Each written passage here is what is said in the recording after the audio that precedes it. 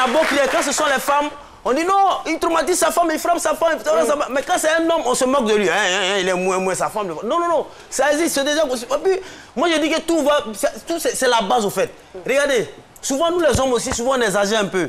Tu ne peux pas courir derrière une femme pendant 1 mois, 2 mois, tu la dragues et dis je t'aime pas. Tu la dragues 3 mois, 4 mois, tu es derrière. Puis un jour, t'appelle, viens, je t'aime. Toi, mais il faut imaginer un peu. C'est qu'elle va aller te montrer. Ah, donc il y a tout ça dedans. On a dit, mais vraiment, c'est sérieux. Même vous dites que, même souvent, le mariage, quand vous allez à la mairie, moi, on dit, monsieur, est-ce que vous pouvez embrasser la mariée? Souvent, là, Dieu se sait ce que la femme l'a dit dans l'oreille des types, là. Souvent, le gars, il va pour embrasser, ben, il fait ça. C'est que tu cherches dans le foyer, là, je vais te donner. Mais le monsieur, il est là, il regrette en même temps son mari, mais il est obligé de faire avec. Il est obligé de faire avec. Donc, c'est de prendre cette situation. Vous avez été témoin de cela déjà? Oui, non, pas témoin, truc, mais la femme même est venue me dire, type là, ce que j'ai mis dans son oreille à la mairie là-bas, ici, mais malgré ça, il est derrière moi. Vous voyez un peu. Donc c'est des choses que ça arrive, mais je vais dire que, en même temps, on dit que ce genre de situation, nous sommes en Afrique. Il y a certaines femmes qui pratiquent ce qu'on appelle des pratiques bizarres, qu'on appelle idik-lia. Le monsieur, voilà, le monsieur a la solde de tout. Oui, ça arrive. Donc elle est heureuse de voir son mari en train de tout faire à sa place. Elle dit, tout fait, il est là, le monsieur fait tout. Et puis elle est contente, elle dit, non, c'est mon foyer. Non, mais attention, c'est un truc. Monsieur, vraiment, franchement, moi j'imagine ce que vous subissez dans ce foyer-là. Et ces gens de femmes-là, généralement, c'est la mauvaise compagnie. Cette conseillère qui donne les mauvais conseils à sa femme, elle-même, elle n'a pas mari. Mais c'est elle qui donne conseil à sa camarade. Mais pourquoi vous la pointez du doigt? Non, mais c'est la seule femme qui est juste à côté de moi, en fait. Je veux dire, je vais faire vivre la chose, en fait. Voilà, je vais faire vivre la chose. Donc, c'est souvent la mauvaise compagnie. Elle-même, elle n'a pas foyer. Tu vas trouver, elle a déjà fait 17 foyers, rien n'a réussi. Elle est dans le quartier, conseillère des jeunes filles. Mais c'est elle qui donne conseil aux femmes qui ont des foyers. Son rôle, c'est de détruire les foyers. C'est de détruire les foyers. Généralement, c'est la mauvaise compagnie qui fait ça. C'est la mauvaise compagnie. Tu rentres dans le salon, la femme elle est assise là, c'est elle qui a la télécommande, le monsieur il est là. Et puis, monsieur, excusez-moi, je vous dis que souvent, je suis sûr que quand vous finissez le travail, vous avez peur de rentrer chez vous. Et ça vous ruine. Ça fait que votre salaire là, vous avez oublié de mettre ça dans la boisson pour vos amis. Quand ils veulent rentrer, vous dites non, je vous apporte une bière encore. Vous avez peur de rentrer chaque fois. Vous dites que vous êtes traumatisé. Qu'est-ce que vous vivez au juste dans votre couple? Elle est agressive, même dans ses paroles, dans ses actes.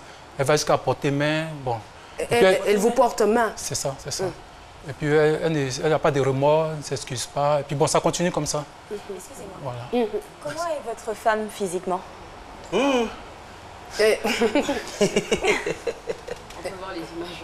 Elle est un peu forte. Oui, elle est un peu forte. Oui. Ce que je veux savoir, est-ce que dès le départ, dès le début de votre relation, est-ce qu'elle était déjà violente ou c'est venu après? Non, c'était depuis le début. C'était depuis le début. Voilà. Depuis le début, elle s'est montrée violente. C'est ça, c'est ça. Et cela ne vous a pas freiné du tout? Non, ça ne m'a pas freiné. Moi, je voudrais savoir, la première fois, la première crise, on va dire, a commencé comment et pourquoi? Bon, c'est des problèmes de tension. Bon, je ne sais pas. Je ne sais pas si elle veut dominer, elle veut diriger le foyer. Bon, je ne sais pas qu'est-ce qu'elle pense quand elle agit de la sorte. Et la première fois qu'elle vous a porté main, quelle a été votre réaction? J'ai toujours laissé faire quand ça se passait. Quand on dit laisser faire, vous vous laissez battre voilà, votre de nature, je suis calme, oui. De nature, je suis timide. Bon, je pense à... Donc lorsqu'elle vous portait main, vous ne répondiez pas? C'est-à-dire que vous ne lui donniez pas de coups Bon, il arrivait que souvent on échangeait de coups. Ben, elle allait plus fort, elle allait beaucoup plus vite. Mais au départ, je veux dire qu'au départ, vous laissiez faire. Vous laissiez faire. En pensant que ça allait changer. Ça allait changer. Voilà. Vous rencontrez une femme qui est violente dès le début. C'est-à-dire que vous subissez des choses quand même que vous n'appréciez pas forcément. C'est ça. Et vous décidez quand même de vous marier, c'est-à-dire de sceller cette union-là à vie avec cette personne-là qui vous violente quand même. Le mariage, c'est pour la sécurité du foyer. Bon, c'est un peu ça. C'est juste un peu ce lien qu'il fallait tisser. Vous avez combien d'enfants avec votre femme? Avec ma femme, on a 4 enfants. Et bon, 6 enfants en 4 accouchements. C'est-à-dire on a 2 fois des jumeaux. Ça fait 6 au total. Je veux savoir, avec les enfants, comment est-ce qu'elle se comporte? Elle est un peu dure avec les enfants. Quand vous dites un peu dure, moins dure par rapport à vous? C'est de la même violence, c'est la même extrême. Elle bat les enfants aussi? Oui. Elle va jusqu'à les blesser. Bon. Et comment vous réagissez à cela? Bon, je lui demande de baisser un peu le ton, de ne pas faire cela. Bon. Elle continue parce qu'elle pense que c'est sa logique. Bon. À chaque fois que j'interviens, mais ça continue. Ça continue. Et est-ce que vous ne vous êtes pas montré un peu trop faible dès l'entame de la relation? Oui, oui. Au début, je me suis laissé faire, je me suis laissé un peu faible, c'est un peu ça.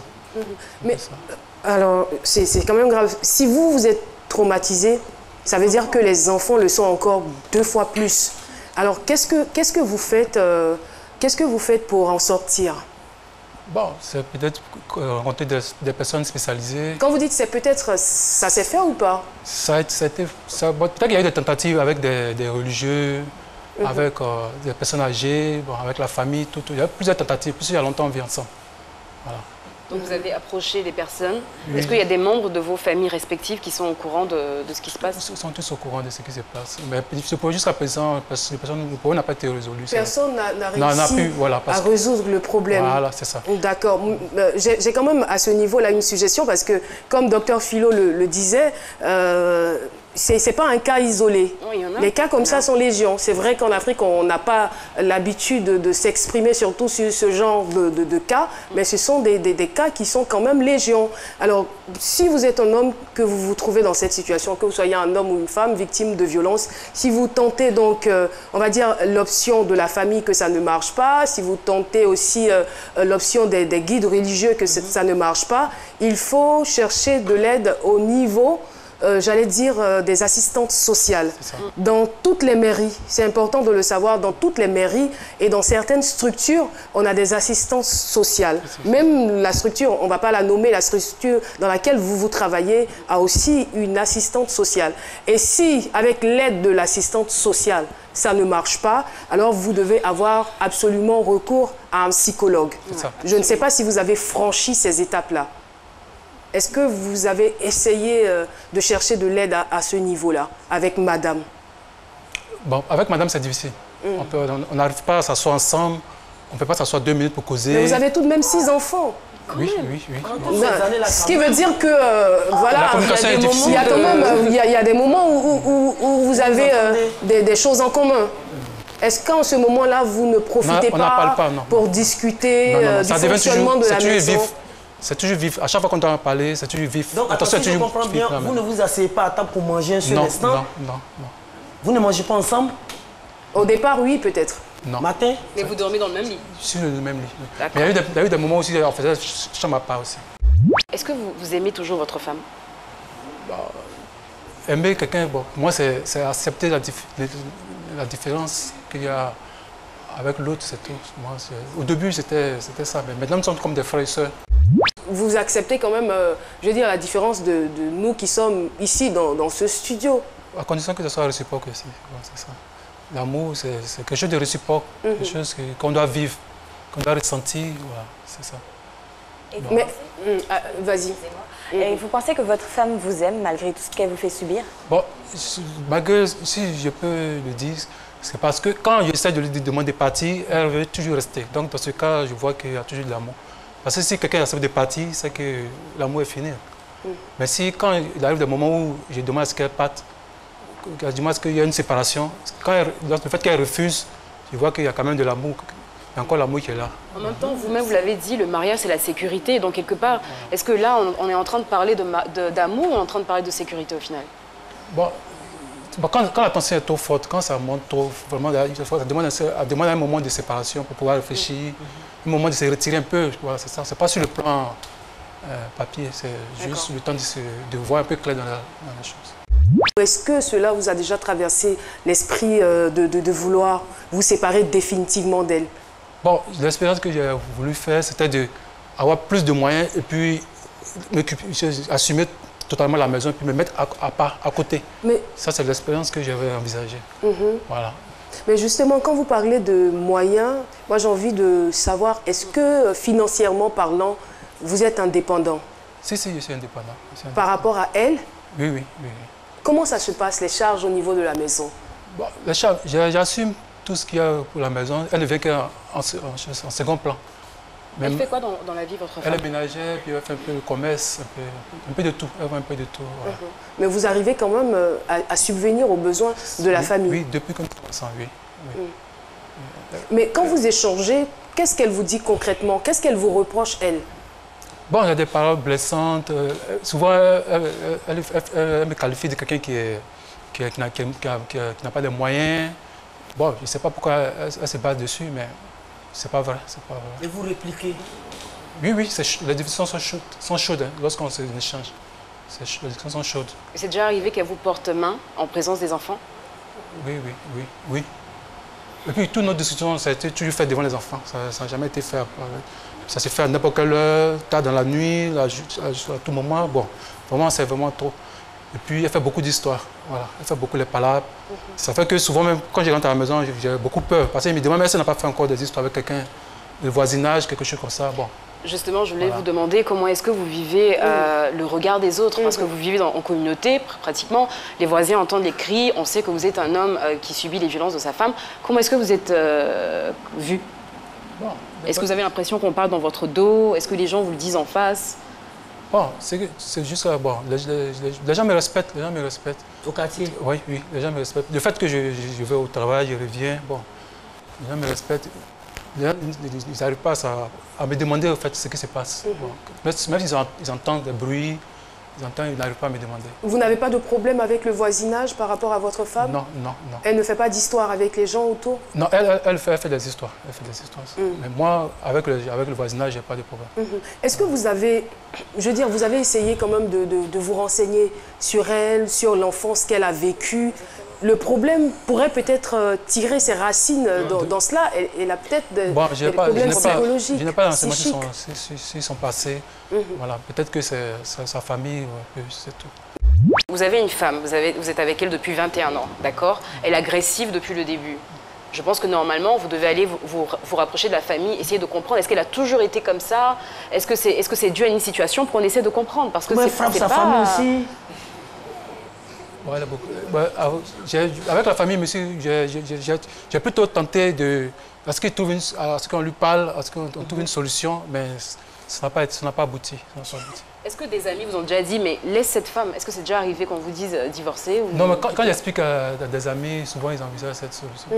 Mais moi, bon, je cherche plutôt autre chose. Très rapidement, il y a aussi un sujet qui a fait vraiment couler beaucoup d'encre au niveau de la famille en 2012, où elle est allée jusqu'à vous accuser de viol. C'est ça. Voilà, que vous avez violé sa nièce. C'est ça.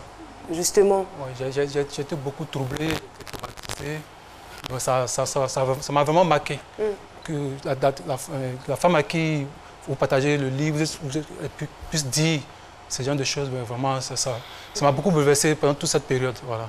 C'est ce qui m'a amené même à écrire un manuscrit, voilà, pour pouvoir témoigner ce que je vis, ce qui s'est passé. Voilà. Il faut dire que vous avez été accusé à tort, hein, parce qu'après, les certificats médicaux ont démontré que vous étiez innocent. C'est ça. C'est dans un café, aux couleurs de ces midis, que je rencontre Caroline, 23 ans, ivoirienne et mère d'un enfant. Souvenez-vous, elle était déjà passée sur le plateau de ces midis pour raconter son histoire. Caroline a été vendue et emprisonnée pendant 2 ans. Aujourd'hui, c'est une femme éblouissante, épanouie, mais qui garde encore les séquelles de ce traumatisme que je retrouve. Comment ça va depuis la dernière fois que vous êtes passée sur le plateau de ces midis? Je peux te dire que ça va très bien. Ça va bien? Oui. D'accord. Alors, je rappelle que tu es passée sur le plateau pour un thème assez dur, qui est malheureusement encore d'actualité aujourd'hui. Oui. Alors, on va se revoir quelques images de ton passage. Oui. Il n'y a pas un jour, ils vont dire qu'il faut te reposer. Tu es malade là, on ne te soigne pas. On te donne, on dit, quoi là, paracétamol, tu as pris là, tu as arrêté. On ne dit pas qu'il faut te coucher. Tu dois travailler encore. Si tu veux, il faut tomber, si tu veux faire ce que tu veux, mais eux seulement, ils veulent te voir travailler. Et si tu n'es pas morte là, tu es toujours sur ton travail. Ça vous fait quoi de revoir ces images? Bon, ce n'était pas facile de venir devant tout le monde, de parler. Tu vois, non? Je vais parler parce que il faut parler pour que les gens sachent qu'ici, dans notre pays aussi, là, on peut se chercher et gagner ce qu'on veut. Dieu m'a fait la grâce. Il faut que je sauve aussi mes soeurs. Il y a d'autres qui ont compris, qui sont venus chez moi-même pour dire « Ah, on devait partir, mais on s'est retourné grâce à témoignage que tu as fait. » Nous, les Noirs, on nous vend à 1 500 000. Et ça, c'est l'argent pour vendre quelqu'un. Moi, je ne connaissais pas la valeur de mon pays. C'est pour cela que j'étais partie en prison là-bas. Aujourd'hui, je sais que mon pays, là, il y a tout dedans. Donc, ce que je faisais là-bas, comme esclavage, quand je suis venue ici, j'ai fait moitié. Et à moitié seulement que je fais là. Regarde comment je suis. Le soir même, je décide de la retrouver sur le lieu de son commerce, dans un quartier chaud de la capitale abidjanaise. Caroline a redémarré son commerce avec 50 000 francs depuis son retour de l'enfer, il y a 6 mois environ. Elle emploie une dizaine de personnes qu'elle héberge et possède 2 étalages. C'est une Caroline en pleine reconstruction qui pense avoir reçu une seconde chance divine. Une Caroline qui garde le sourire et se bat pour retrouver sa dignité. Si des Carolines, il y en a bon nombre à travers le monde, pour une grande partie, il n'y a pas eu de seconde chance ou il n'y en aura jamais. Nombreuses sont les victimes de cette nouvelle forme d'esclavage dans plusieurs pays, et cela depuis des années. L'esclavage, un mot qui me semble sorti d'un vieux livre d'histoire, volumineux et pourtant pas si poussiéreux. L'immigration clandestine, l'une des principales causes de cette atrocité, est combattue par plusieurs pays avec plusieurs campagnes de sensibilisation. Mais peut-être que l'accent aurait dû être mis plutôt sur les conséquences de cette immigration clandestine. Une chaîne américaine décide de rattraper le tir et diffuse un reportage choc qui sera le déclic.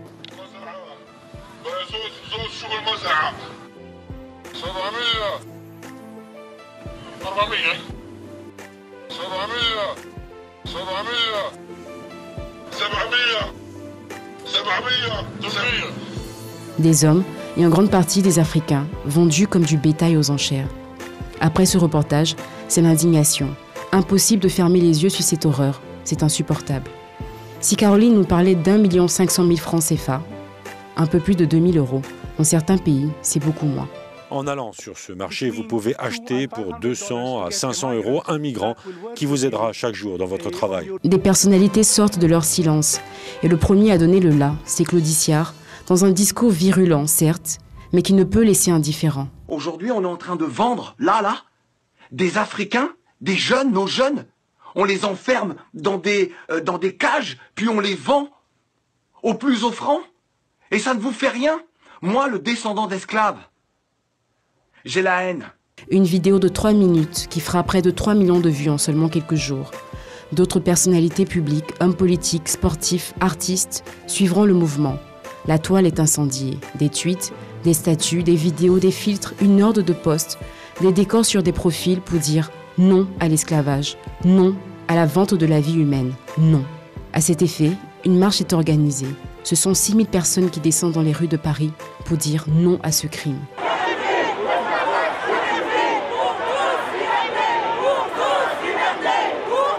Les avis vont bon train. Pour certains, la faute incombe aux jeunes qui risquent leur vie chaque jour pour un futur incertain en Europe, malgré tous les moyens de dissuasion, et aux familles qui les y encouragent. Et d'autres ont peur que cette vague d'indignation disparaisse en quelques semaines pour laisser place à un autre sujet qui suscitera plus d'intérêt. Mais nous devons continuer à exprimer notre aversion face à ces actes abjects et maintenir la lutte qui appartient à tous les hommes jusqu'au bout. Car toutes les vies sont égales, comme le stipule la Déclaration universelle des droits de l'homme. Et tout comme Caroline, la reconstruction est possible. Je suis bien habillé, un jeune exemplaire, on ne sait jamais. Peut-être que M. Macron peut dire au président de la République, ah, ce jeune-là, il est exemplaire, 8 milliards pour réaliser ses projets. Donc moi, je persévère dans tout ce que je fais. Je persévère, je dis que c'est comme la philosophie, cette quête perpétuelle de la sagesse, de la vérité, nous persévérons dans ce qu'on fait. Ça dit, tout ce qu'on fait, j'aime pas trop la persévérance. Pour une fois, je ne suis pas trop d'accord avec le dictionnaire. Persévérance, ça fait un peu mou. Je souhaiterais qu'on dise la persévération. La persévérance. Je souhaiterais. La persévérance, ça fait... Oui, voilà. Vous allez recréer le dictionnaire alors. Voilà, quand vous persévérez, il y a toujours un résultat. Que ce soit dans le bon sens ou dans le mauvais sens. Vous faites le bien, vous allez récolter le bien, vous allez sourire un jour. Vous faites le... Regardez, quand vous allez dans nos bas et maquis, la jeune génération, aujourd'hui, ça dit qu'à la fin, tu as train de prester. Excusez-moi, j'ai rien contre ce monsieur, mais il preste tellement bien que les jeunes sont obligés, les boucantiers, là, sont obligés de lui donner de l'argent comme ça. Ils lui donnent de l'argent, ils travaillent, ils sont contents. Mais à la fin, là, c'est quoi? Quand il est ruiné, là, il se retrouve sur lui, à la maison, en train d'écouter Molière. Dans la vie, il ne faut pas donner l'argent. Donc, je dis que tout ça... C'est tout ce que tu persévères. Voilà, même nous d'autres venus au monde, c'est la persévérance. Le monde même tourne autour de la persévérance. L'enfant même quand il est dans le ventre de sa maman là, c'est-à-dire un mois, il persévère, il est là. Regardez, quand tu dors, c'est pour toi qui s'en va. On le dit dans notre jargon. L'enfant même là, même quand il vient, il persévère, il est dans le ventre. Il est là, il est nourri à travers le cordon ombilical de sa maman jusqu'à 9 mois. Même de devenir un fœtus, hein. Oui. Je veux dire le choix déjà, parce que c'est des milliers de spermatozoïdes. Le jour il vient au monde. On fait comme ma chronique est presque finie, j'ai oublié d'arriver. Le jour l'enfant vient au monde, mais il ne dort pas. L'enfant même là, on sent même que l'enfant a envie de venir. Donc il a cette persévérance, cette envie, il force, il perdure, il s'acharne sur la venue au monde. Quand il vient souvent on dit non, l'accouchement a été facile. Non, c'est pas seulement la mère ou la sage-femme, mais l'enfant aussi a eu cette envie, cette persévérance, cette envie de venir sur la terre. Et quand il sort, il est fier. Monsieur Youssouf Traoré, qui est aujourd'hui un homme d'affaires, il faut dire que vous êtes célibataire sans enfant et c'est à l'âge de 18 ans que vous décidez de quitter votre ville natale, Toumaudi, pour Abidjan. Alors, quelles sont les raisons de votre choix? Au village, on traversait les moments difficiles. On est 9 dans la famille et la vie était très dure. Et donc, j'ai décidé de dire, bon, il faut sortir, il faut tirer dans l'aventure pour pouvoir aider la famille.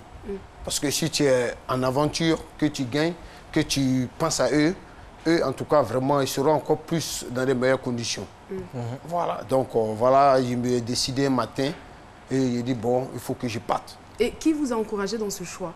Bon, ce choix, je n'ai pas demandé l'avis de quelqu'un parce que là, on était encore gamin, 18 ans. Bon, la décision est venue comme ça et puis bon, on est parti. Voilà. Étiez-vous l'aîné de la famille? Non, je ne suis pas l'aîné de la famille. Je ne suis pas l'aîné. Mais vous avez eu ce courage-là? Oui, ce courage.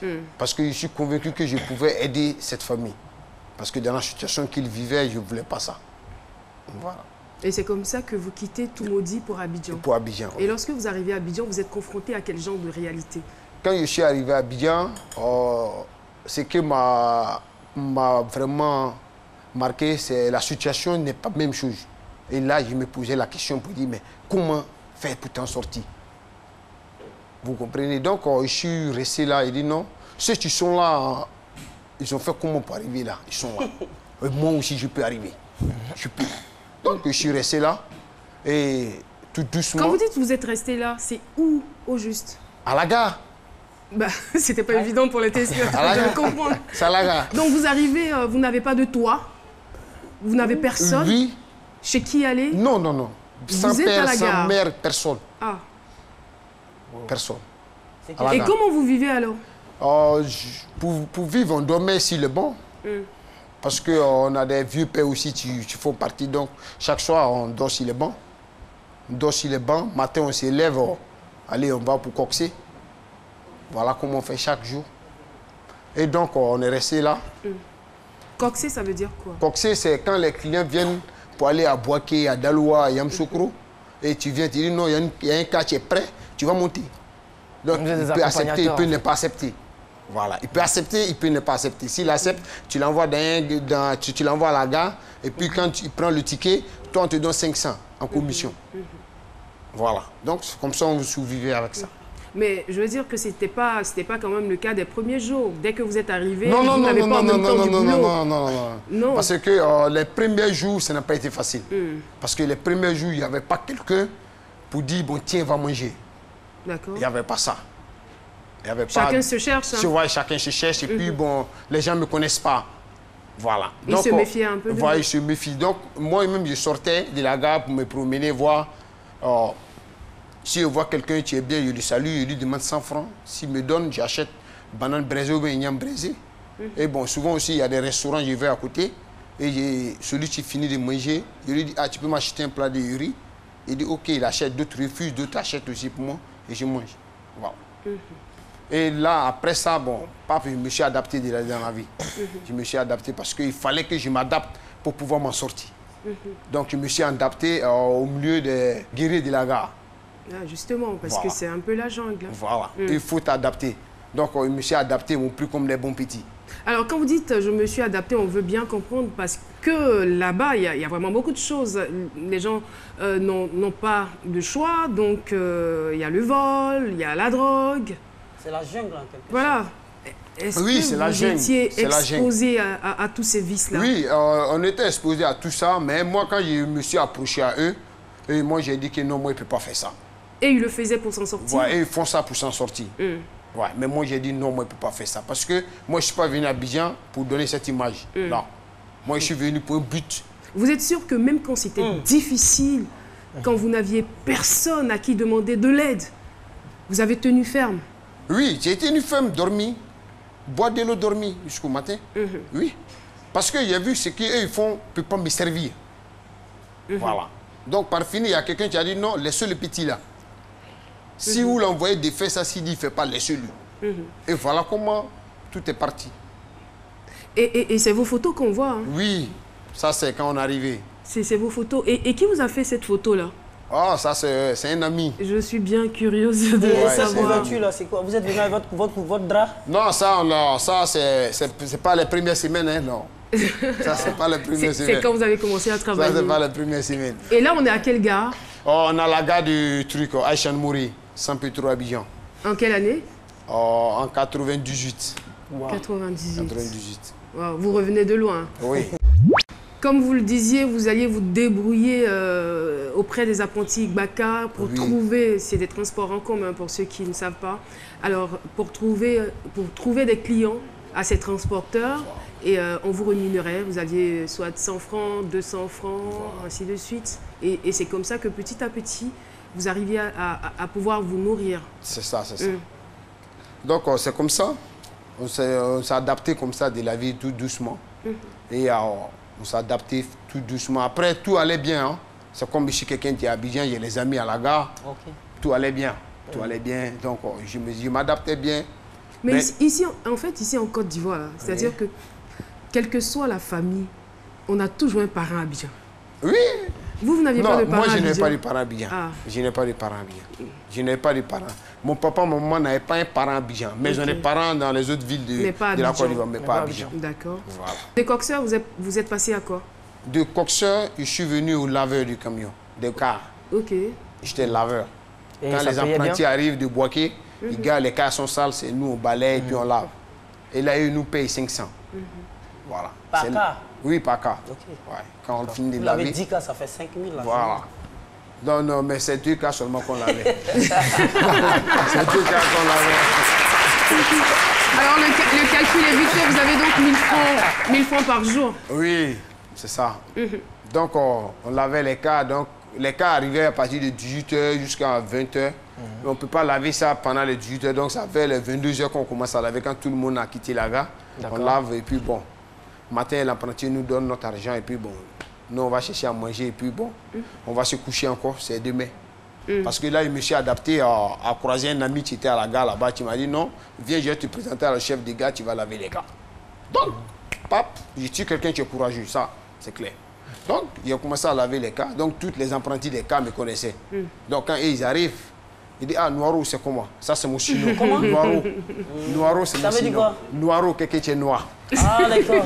C'est ça, c'est mon chino. Donc, il dit, Noiro, viens, va laver mon cas, je lave. Après, je me suis bien adapté. Mais après, j'ai regardé que non, là, c'est pas une vie. Je ne pourrais pas mener une bonne vie là. Parce que je vais rester là à moins de 40 ans, 50 ans. Bon, la vie est gâchée. Il dit, bon, il faut tourner la page, chercher à trouver un autre lieu de travail que tu peux vraiment mieux t'en sortir. Et là, je connais un monsieur qui s'appelle M. Fofana, qui vivait en Italie, qui venait avec les France Revoir. Et donc, je me suis adapté à ses côtés. Quand il arrive, on décharge et puis on vend. Le soir, il nous donne de quoi à manger. Nous, on rentre à la maison. Nous, on rentre encore à la gare, on va dormir. Parce que là, ça n'allait pas. Voilà. Donc, il a dit non, est-ce que je ne vole pas? Il dit non, il dit moi, je ne vole pas. Il dit donc, si moi, je ne vole pas, il va travailler avec moi. Il dit, si vous voliez, est-ce que vous lui aurez dit que vous volez? Donc, moi, je suis resté à ses côtés. Il fait 3 mois à Abidjan, 3 mois en Italie. Il travaille avec son neveu. Moi, j'étais à côté du neveu. Donc, au fur et à mesure, on travaillait. Et quand il m'a mis à côté, moi, il dit, bon, ça, il faut bien apprendre pour pouvoir vraiment réaliser demain. Mais vous avez parlé tout à l'heure de France au revoir. Il s'agit de quoi exactement? France au revoir, c'est-à-dire, c'est les anciens articles. Voilà, tu viens. Que les Européens n'utilisent plus. Voilà, ils n'utilisent plus. Maintenant, nous, on met ça en bon état. Voilà, nous, on met en bon état tout ce qui ne va pas. Nous, on met au propre. Et on lave, on emballe. Voilà, on met sur le marché. Voilà. Voilà, mais ça ne va pas aussi sans le goumé-goumé, il y a trop de ramba dedans. Il y a trop de ramba dedans. On faisait les France Revoir, le patron arrive, on met à des techniciens qui mettent ça en bon état. Et nous, on entretenait ça bien et les clients venaient acheter. Voilà, donc, au fur et à mesure qu'on était là, maintenant, après, pendant des années, le patron a dit, bon, moi, je suis fatigué, moi, je vais arrêter de travailler. Et nous, on a dit, bon, comme tu vas laisser, il faut nous laisser le local pour que vraiment, nous, on puisse s'en sortir. Il dit, bon, ok, il n'y a pas de problème, je vais vous laisser le local, mais vous trouvez de quoi mettre dedans. Il dit, non, si c'est le local qui a le problème. Si c'est la marchandise, ça va venir. Mais avant qu'il ne vous laisse le local, est-ce que vous dormiez toujours à la gare? Non, là, on a quitté la gare. Vous avez déjà quitté la gare. Parce que je lui ai dit que même 1000 francs par jour avec le fait de laver les cas, 1000 francs par jour, en 1000 jours, ça vous fait 1 million de francs. C'est pas pour vous prendre quelque chose. D'accord. Et en même temps, il y a les charges aussi qui sont là. Et aujourd'hui, qu'est-ce que vous faites concrètement? Aujourd'hui, ce que je fais aujourd'hui, c'est le commerce. D'accord. Et c'est les articles de bureau que je fais. Et aujourd'hui, c'est moi-même qui vais acheter ces marchandises. Et ils sont neufs, hein, c'est nouveau? Non, j'ai fait les deux. D'accord. Voilà, il fait seconde main et nouveau. D'accord. Voilà. Mais c'est les secondes mains, moi, j'achète actuellement parce que mes fonds ne me permettent pas de faire venir les nouveaux. Mais est-ce qu'on peut dire que vous avez atteint vos objectifs? Non, je n'ai pas atteint mes objectifs. Pourquoi? Non, ce que je veux, je n'ai pas encore atteint mes objectifs. Quand vous partez, par exemple, d'un point A, oui. 18 ans, oui. tout maudit, vous dormez à la gare. Oui. Commissaire, laveur, commerçant, oui. homme d'affaires. Vous êtes aujourd'hui installé à votre propre compte. Oui. Vous avez un chez vous, un toit. Oui. Vous avez une maison. Oui. Vous ne dormez pas à la Belle Étoile. Non, vous avez à manger. Vous dormez dans une maison de combien de pièces? Je dors dans une maison de 2 pièces. De 2 pièces. Oui. Vous n'êtes pas marié, vous êtes seul. Oui. Vous rentrez quand vous voulez. Oui. Alors là, vous avez...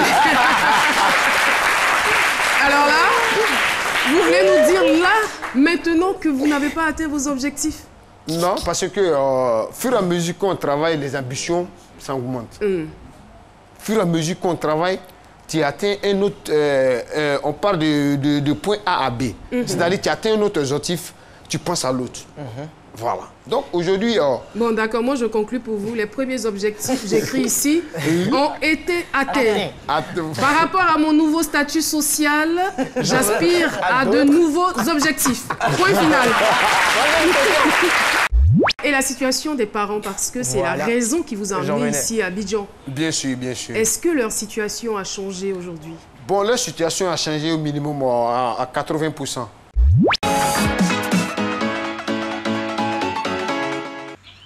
Tiens, et si on parlait cinéma aujourd'hui? Quel type de production vous passionne? Le cœur de Titi Chou bat depuis l'enfance pour les films d'animation et d'aventure. Adolescente, elle découvre les films d'horreur et en raffole jusqu'à Destination Finale 5, une fiction trop choc qui la pousse à décrocher. Les vrais passionnés des films d'horreur diront « Oh, c'est que ça !» Non mais, je sais pas, mais Destination Finale m'a fait... Waouh, c'était trop pour moi. Il fallait que j'arrête de regarder les films d'horreur parce que ça commençait à me fatiguer la tête. Aujourd'hui diplômée en économie-comptabilité, maquilleuse professionnelle depuis 2015, elle s'est intéressée, début de cette année, au make-up tragique. Est-ce qu'il y a un élément, une circonstance qui a déclenché cette passion pour une couleur, le make-up? Oui. À la base, les filles sur Instagram. Les filles sur Instagram, elles te font rêver, tout et tout, mais c'est magnifique. En même temps, c'est de l'art, hein. Le maquillage, les costumes, tout. Et c'est plus ça maintenant, quand je regarde les films, c'est plus ça que je vois en fait. C'est plus le côté amusant, le côté d'horreur. Mais c'est comment les gars, ils ont fait pour faire ça. Pour elle, une façon de poursuivre sa thérapie de la peur, des films d'horreur. Il y a 6 mois, elle postait une photo de ses travaux sur les réseaux sociaux. La réaction fleuve et les commentaires lui ont donné du courage et des idées. Titi Chou a accepté de partager avec nous un de ses nombreux petits secrets de fabrication. Comment je fais mon maquillage des grands brûlés? J'utilise pour la chair la farine, de l'eau. Pour le faux sang, du miel, du café moulu et du colorant alimentaire. Pas besoin de latex, de sang chimique ou de peinture corporelle. Contrairement aux autres professionnels, Titi Chou se distingue par l'emploi de produits simples de notre quotidien. Et au bout de 10 petites minutes, la mixture est prête. Le miel apporte son onctuosité, le café moulu sa noirceur, le colorant alimentaire jette du sombre, les fonds de teint rajoutent des nuances de drame. Make-up tragique, make-up magique, une question d'art et de technique qui ont valu à cette jeune maquilleuse beaucoup de clients à la dernière fête d'Halloween et déjà des sollicitations pour des projets cinématographiques. Le résultat est là, on y prend même du léger froid. Son make-up tragique, c'est l'illusion du drame qui a pourtant une bonne saveur d'aliment. C'est comme de la cuisine autrement, une cuisine au service du 7e art. Image horrible certes, mais rassurante pour l'avenir du cinéma ivoirien, car de nouvelles vocations comme Titichou servent une créativité qui nous promet du grand frisson. Est-ce que vous étiez réellement bègue? Si oui, à quelle époque de votre existence? Concernant votre question, je ne la mettrai pas du tout au passé. Je dirais que c'est encore dans le présent. S'il vous plaît, prenez-nous au sérieux. Effectivement, c'est encore dans le présent dans la mesure où les premiers mots que j'ai essayé de prononcer ici lorsque vous m'avez donné la parole pour la première fois sont venus de très loin. Sont venus de très loin à l'intérieur de moi. Elles ont eu du mal à sortir. Juste pour dire à quel point le bégaiement, il existe chez les personnes, certes, d'autres où plein de personnes arrivent à pouvoir le contrôler, mais je ne suis pas sûr qu'on puisse en parler au passé. Car dès qu'il y a un moment de stress, un moment de perte de contrôle, un moment d'émotion, que ce soit la joie, que ce soit la colère, que ce soit un choc, on n'arrive plus à trouver nos mots. J'ignore quelle est l'origine. Je n'ai jamais eu à rencontrer un médecin parce que les conditions ne se prêtaient pas à cela. Je n'ai jamais cherché à comprendre pourquoi. Je suis né bègue. J'ai donc grandi comme cela et il a fallu un moment bien donné de ma vie me donner les moyens pour pouvoir contrôler, surmonter, pour pouvoir atteindre mes objectifs et devenir une meilleure version de moi-même. Et justement, comment est-ce que vous avez vécu votre enfance avec, je le mettrai entre griffes, ce handicap? L'enfance à travers cet handicap n'est pas une sinécure. Dans la mesure où les enfants peu sachants et pas très bien informés sur certaines situations ont tendance à se railler leurs amis qui ont du mal à pouvoir s'exprimer. Il était donc, dans mon cas, cela était donc mon cas, et effectivement de façon récurrente. Il est donc clair que je n'avais pas d'amis. Mes amis, c'était mes frères et mes sœurs. Mes amis, c'était mon père et ma mère. Le premier ami que j'ai eu, j'étais déjà au CM2. Il est venu vers moi, il a insisté, il m'a appris à rouler au vélo. Et donc, juste pour dire à quel point dans l'enfance, c'était une difficulté. Ça a été une difficulté, ça a été une grande souffrance. Et les rapports avec la famille, les parents?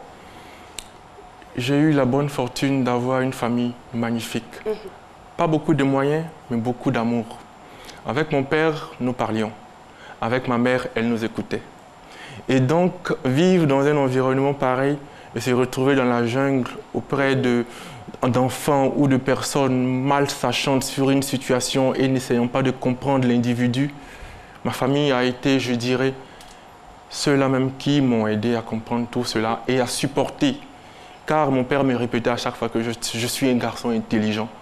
Ma mère n'a jamais essayé de me réprimander parce que je n'arrivais pas à sortir mes mots. Et vous faites bien d'utiliser le mot fortune parce que les cas sont légion, ces personnes qui sont stigmatisées et rejetées même dans leur propre famille. On a plusieurs fois entendu dire oh, « toi quitte là, tu ne sais pas parler, c'est toi qui veux toujours parler ». C'est déjà arrivé. Alors tais-toi.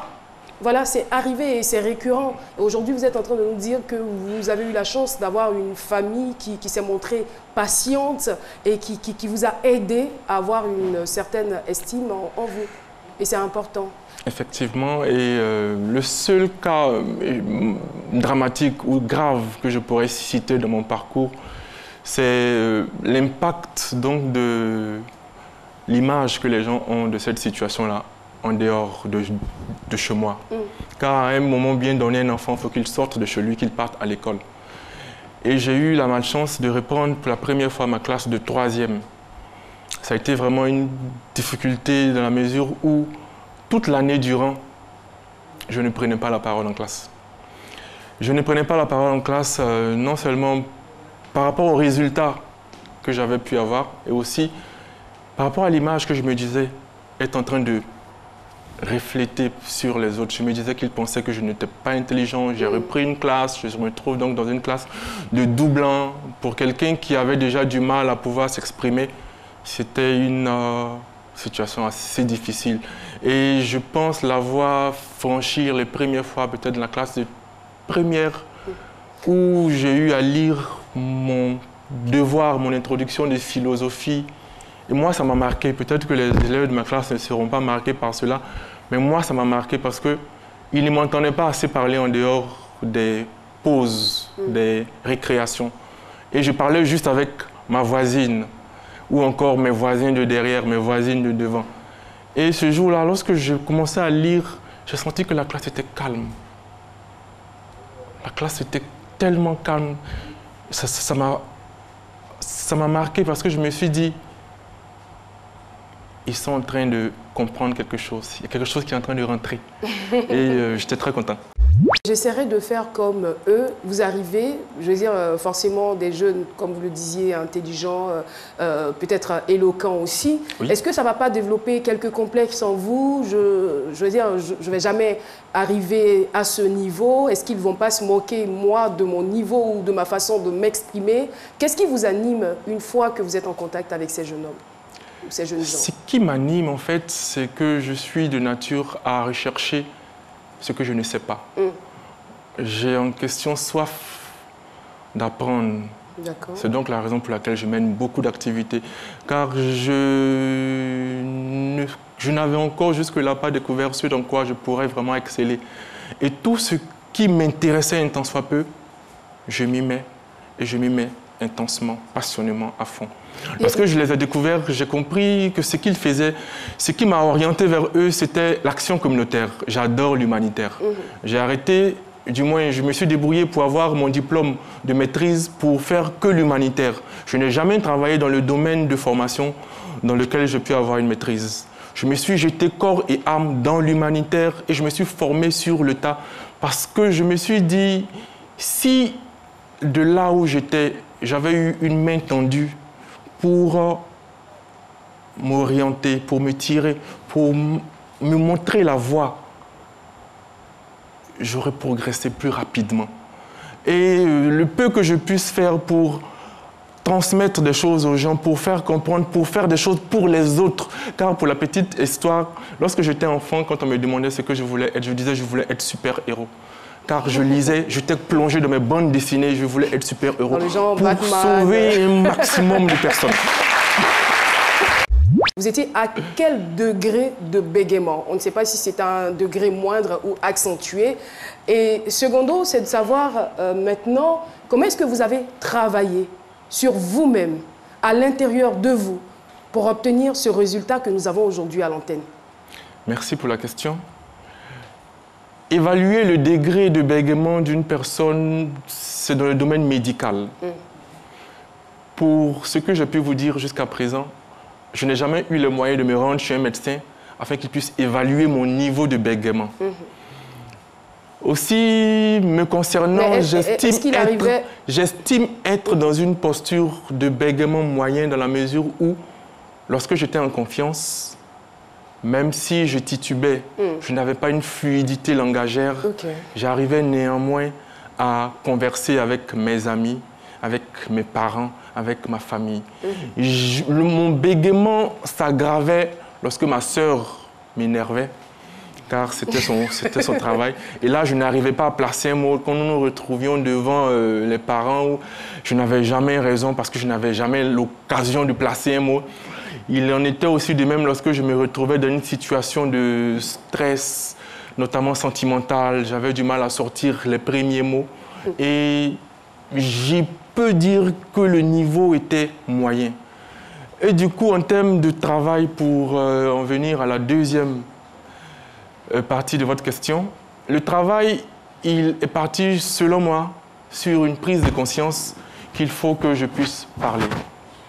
Comme je vous l'ai dit tantôt, je suis un passionné d'humanitaire. Je me suis rendu compte que pour pouvoir travailler dans l'humanitaire, il faut pouvoir diriger des projets, il faut pouvoir faire adhérer une idée à des gens, il faut pouvoir donc partager une vision. Si l'on veut partager une vision, si l'on veut avoir un certain leadership, il faut pouvoir développer un tant soit peu sa communication orale. C'est la raison pour laquelle mon déclic est parti de ma volonté à devenir un leader. Un leader. Partant de là, il était important que je puisse me renseigner. Qu'est-ce qui fait les meilleurs leaders? Un bon leader, c'est sa capacité à pouvoir communiquer. C'est sa capacité à pouvoir partager une vision, à pouvoir convaincre, à pouvoir transmettre des émotions pour que les personnes puissent passer à l'action. Et dans cet élan-là, je me suis rendu compte qu'il faut être calme. Car j'avais remarqué qu'à chaque fois que je suis calme, j'arrivais à mentir.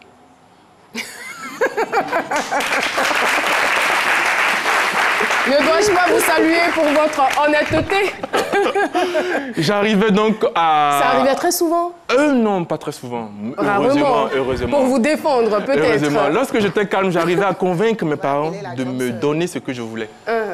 Là, je me préparais. Quand je vais vers mon père, vers ma mère, vers mon oncle, je suis calme, j'ai préparé ce que je veux. Je dis, mais papa, tonton, on doit acheter tel document à l'école. Il s'agit de ça, c'est très important pour ça. Je me suis rendu compte que tout était dans le calme. J'invite donc toutes les personnes qui nous écoutent à pouvoir noter cela.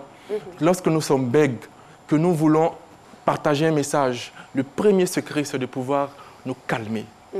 Car tant que nous ne sommes pas calmes, nous ne pourrons jamais aligner nos mots, aussi intelligents que nous puissions l'être. Nous ne pourrons pas. Ensuite, il faut pouvoir s'intégrer dans une dynamique de progression. Dans une dynamique de progression dans la mesure où on ne n'est pas bon orateur, on le devient. On ne n'est pas excellent, on le devient. Et lorsqu'on le décide, il faut pouvoir le formuler comme un projet, je le dirais même à la limite, et se donner les moyens, rechercher des organisations qui peuvent nous aider. Il y a la Jeune Chambre internationale, il y a Toastmaster international. Si vous ne les trouvez pas, que vous ne pouvez pas avoir accès à ces organisations, essayez en vous-même de trouver, du moins, l'astuce que je peux vous partager, c'est de trouver des organisations autour de vous, des associations, d'y militer, de faire l'effort de prendre la parole. Car, je le dis de façon très claire, nous sommes tous intelligents au même niveau. Nous sommes tous intelligents au même niveau. Et je dirais même que les personnes bègues sont plus intelligentes parce qu'elles sont frustrées. Merci à vous qui nous avez suivis. On est toujours ravis d'être en votre compagnie. On se retrouvera, si plaît à Dieu, demain à partir de 12h pour un autre numéro. Merci de rester sur RTI 1. C'est là qu'il y a les meilleurs programmes. Au revoir et très très bon appétit à vous. Au revoir.